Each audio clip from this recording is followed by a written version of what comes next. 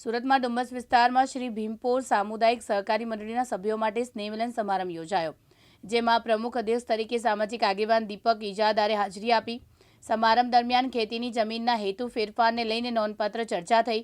ખેડૂતોને વિશાળ હિત જોનારા દીપક ઇજાદારે જણાવ્યું કે ડુમ્મસ, ભીમપોર, આહવા, સુલતાનાબાદ અને ખજોદ જેવા વિસ્તારોમાં ખેતીલાયક સરકારી જમીનનો હેતુ ફેર કરી ઝીંગા તળાવ ઊભા કરવામાં આવ્યા, જેના પાછળ મોટા અંગત લાભો મેળવવાની કોશિશ કરી રહ્યા છે। તેમણે કહ્યું કે ઝીંગા તળાવની જમીન સરકારની માલિકીની છે, એટલે તેને પાછી મેળવવી સરળ નથી, પરંતુ ગામ લોકોના હિત માટે ઉપર સુધી રજૂઆત કરશું તેવું ખેડૂત અગ્રણી દીપક ઇજાદારે વધુમાં જણાવ્યું કે સરકાર કહે છે કે જો તમારો દાવો સાચો હોય તો તળાવમાં ખેતી કરી બતાવો।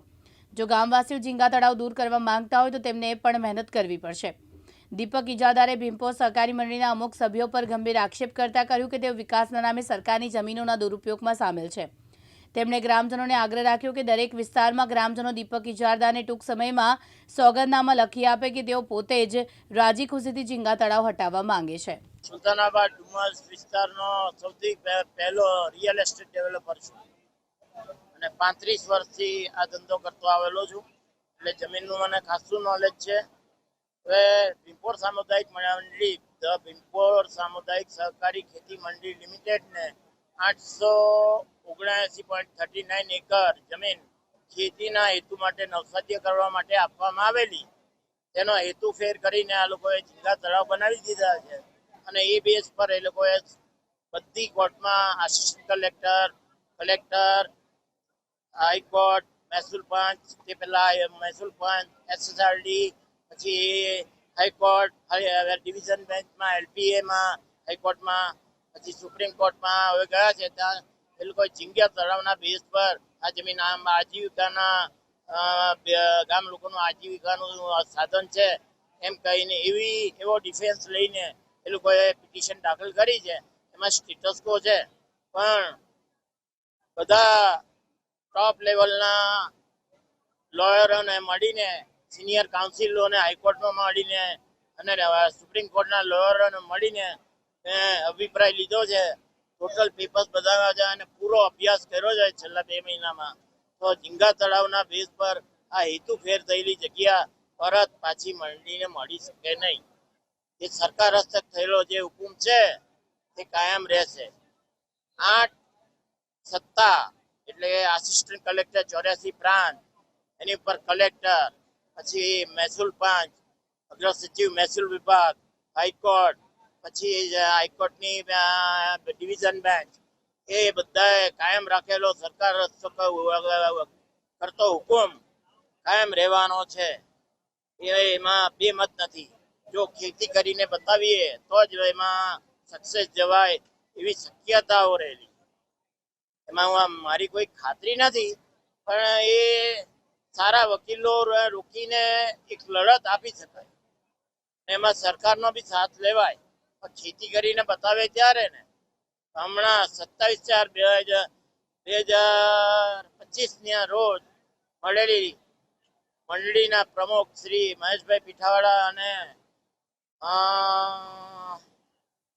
મંત્રી શ્રી નરેન્દ્રભાઈ પ્રભુભાઈ પટેલે મંડળીની સાધારણ સભા બોલાવેલી। એમાં મેં જે પ્રવચન આપેલું ત્યારે મંડળીના તમામ સભ્યો ખેતી કરવા માટે તૈયાર થયેલા, પણ હાલમાં એવું જાણવા મળ્યું છે કે મોટા ભાગના પાછા ઝીંગા તળાવમાં ઝીંગા ઉછેર કરવાનું ચાલુ કરી દીધું છે। તે સંજોગોમાં આજે મંડળીના સભ્યોને સ્પષ્ટ શબ્દોમાં કહ્યું છે કે આમાં મારો 8 થી 10 કરોડ રૂપિયાનો ખર્ચો થાય એવું છે। સારામાં સારા સુપ્રીમ કોર્ટમાં લોયર રોકવા પડે, અરે થર્ડ પાર્ટી એપ્લિકેન્ટ તરીકે જોઈન્ટ થવું પડે, સુપ્રીમ કોર્ટ પાસે 2 વર્ષનો સમય માંગવો પડે કે મને તક આપો, 2 વર્ષમાં હું ખેતી કરીને બતાવીશ। હવે સુપ્રીમ કોર્ટ ધારો કે મારી માંગણી મંજૂર બી કરે અને દેખરેખ રાખશે કે દર 2 મહિને કોર્ટ કમિશનર તરીકે ધારો કે મામલતદારને નિમ્યા અને એને રિપોર્ટ આપવાનો કે કંઈક ખેતીની પ્રવૃત્તિ ચાલુ થાય છે, અહીંયા દેખાશે ઝીંગા ઉછેર। મારી પરિસ્થિતિ શું થાય? મારા પેલા ત્યાં સુપ્રીમ કોર્ટના લોયરોના 5 કરોડ રૂપિયા જાય, મારો ત્યાંનો રહેવાનો 50 લાખનો ખર્ચો જાય। એટલે આજે સ્પષ્ટપણે મંડળીના સભ્યોને જણાવવામાં આવ્યું છે કે ખેતી કરવી છે કે ઝીંગા તળાવ કરવા છે. એટલે ખેતી કરવી હોય તો સોગંદનામા પર મને લખી આપે. એ મને લખી આપશે તો હું મારી લડત આગળ ચલાવીશ, નહીં તો પછી હું પડતી મૂકીશ. કારણ કે હું તો વોલિયન્ટરી સભ્ય છું એવું બી નથી. સભ્ય ધીરુભાઈ, મારા પિતાશ્રી સ્વર્ગવાસી ધીરુભાઈ પ્રભુભાઈ ઇજારદાર આ મંડીના સ્પર્ધક અને વોલિયન્ટરી સભ્ય હતા. એમના એક પુત્ર તરીકે મેં અરજી કરી છે કે મને બી સભ્ય બનાવો. તે અરજી હાલ પેન્ડિંગ છે. હું સભ્ય બનીશ તો બી હું વોલિયન્ટરી સભ્ય બનીશ. મને કોઈ જમીન મળવાની નથી કે મને કોઈ ફાયદો થવાનો નથી. લોકહિત માટે હું આ કાર્ય કરી રહેલો છું. એમાં લોકોનો સાથ જોઈએ તો જ સફળ થવાય. હવે કોઈ ઝીંગા તળાવ કરવા હોય તો એ લોકો હેતુ ફેર કર્યો છે. સરકારે ખેતી કરવા માટે જમીન આપેલી છે. મનસ્વીપણે સરકારની પરવાનગી સિવાય ઝીંગાના તળાવ બનાવી નહીં શકાય. એ કાયદાકીય પરિસ્થિતિ છે. એમાં કોઈ દીપક ઇજારદાર ઝીંગા તળાવ તોડાવવાની કોઈ પ્રવૃત્તિ નથી કરતો.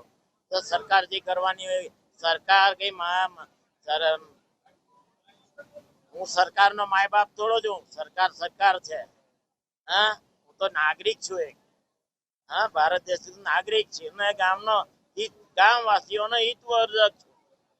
એટલે પછી લોકો શું કહે છે, જો ખેતી કરવા તૈયાર થશે તો લડત આગળ ચલાવીશું. ફરી પાછા તમને બોલાવીશું. મયુર ટેલર, દિવ્યાંગ ન્યૂઝ, સુરત.